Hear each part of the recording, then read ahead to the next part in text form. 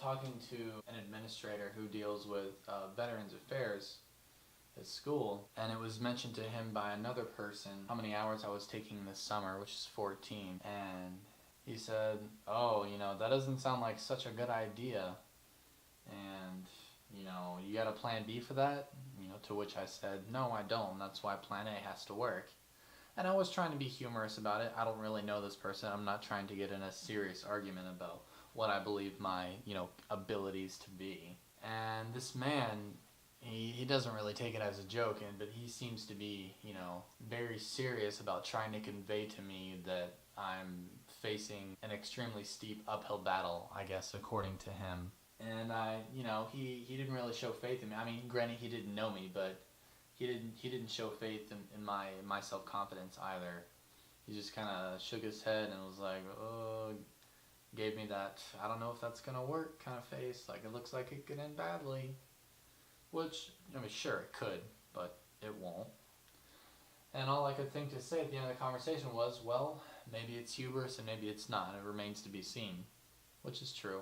And I just walked out, and it got me thinking that I think that's what steers a lot of people away from STEM fields and especially mathematics and all of its forms, including this, which is physics and two-dimensional vectors. And I think a lot of people, like, you tell someone, that you have to take a, advanced math class, at any point in your life, whether it's high school or college or, whatever, and hours, they're just like, ooh, that looks like it's gonna be, ooh, that sounds rough, I'm sorry. And, people are always apologetic about it, and they show concern for some reason.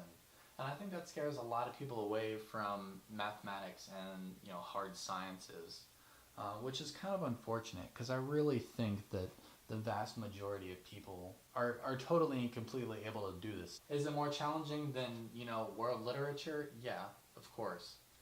But ultimately, I guess it's all a matter of how badly you want it.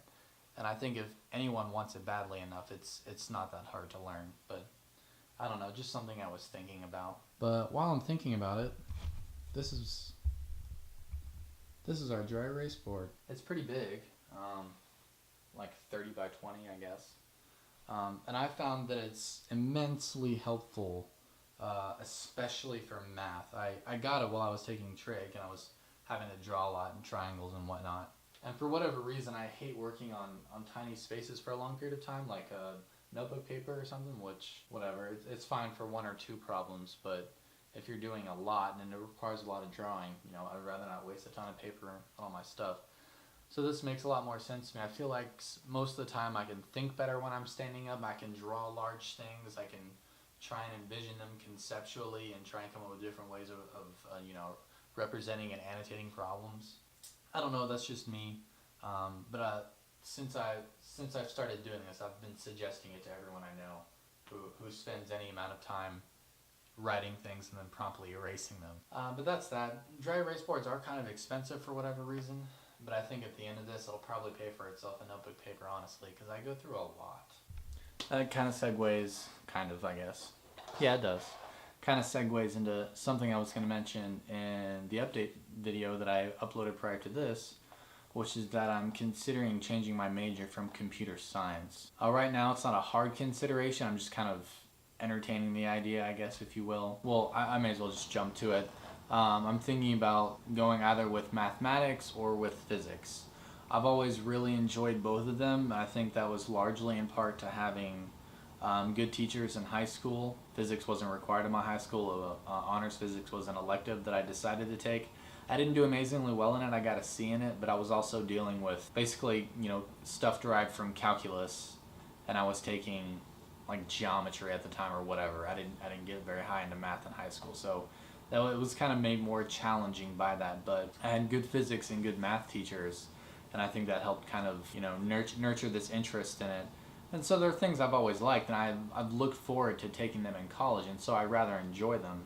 But they are, challenging for me. It doesn't come easily to me by any means. So that's what I'm thinking about. Like I said, it's just not a hard consideration by any means. But when I don't want to be one of those people that changes their major like 4 and 5 times, because I know people who have done that, and That's a lot of paperwork on my part because I have to file paperwork with the VA when I change my major. Paperwork that I don't want to do, honestly. So if I'm going to change it, I want to make sure it's worthwhile and something I'm going to stick with. So right now I've kind of told myself that I'm going to make the decision after I'm done with Calc 1, which I'm taking right now, over the summer, so it's rather accelerated, again, which I'm okay with. And at that point, I think I'll sit down and really consider it, but based on the very small amount of research I've done, it doesn't seem like you can do a whole lot with a bachelor's in mathematics. A lot of it needs to be like getting multiple degrees, like maybe bachelor's in math and computer science, or math and some other applied specific field, you know what I mean?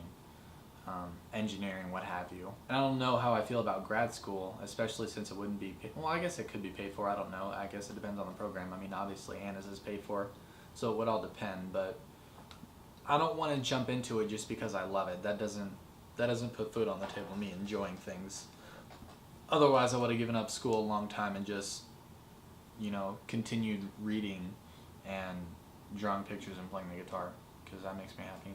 Or used to. So it's more than just being happy with it. It's gotta be a viable career path. Because right now I really don't love computers. I mean, they're fun, they're cool. I really appreciate them every time I go to use them. But I don't stay up late learning to program. I don't read books about computing theory and all this other stuff that I could be doing if I really was as interested in it as I could. But I'm not. It's just like, yeah, it sounds interesting, but it's whatever. I'm kind of ineffectual about it, to be honest. And I'm okay with sticking with that, but if I can find something that I like more, that I stay up late doing more of because I enjoy it and not because I have to prepare for a test, then I'd like to go with that if it's a viable option. And then on a totally unrelated note, has nothing to do with school and math and nerd stuff and dry erase boards. I decided towards the beginning of the year that I finally wanted to write a novel. Creative fiction writing is something I've done for most of my life, as early as I can remember. I think I won a writing competition in like 3rd grade, which I still have somewhere. I should find that. So that's something I've always wanted to, and I've always wanted to write a novel, because that just seems like the ultimate goal. I always wanted to be a novelist. Very much romanticized it in my head. I didn't realize what work would go into it, so I had it somewhere. I think it was February or March that I decided, I'm going to sit down, I'm going to start doing this. And I gave myself a year to complete it. And the definition for a novel varies a little bit, but the generally accepted definition is 50,000 words or more. Between 50 and 100,000 words. So at 50,000 words over 365 days is like 134 words a day will give you 50,005 words at the end of a year. So that's what I said is my goal. I said I will spend no more than the first half of it planning, and then the second half I can reserve purely for writing if I want to. So I made myself this little goal chart. It has every 2 weeks for the whole year. So April 30th, my goal was 16,400, didn't make it. May 15th was 18,500, didn't make it. You can see where this is going. So I spent a lot of time romanticizing. I didn't realize how much work it was going to be, how much work goes into world building and developing characters and making them plausible and making the plot realistic and making it interesting. As much as I enjoy it, it's absolutely work. And I know what you're thinking, hey Tom, maybe you should major in English or creative writing. No, there's no money in that. Unless you want to be a professor and write on your own time, no. That's not going to happen, ever. Unless someone, discovers my manuscript and they publish it and I make $1 million, which probably won't happen.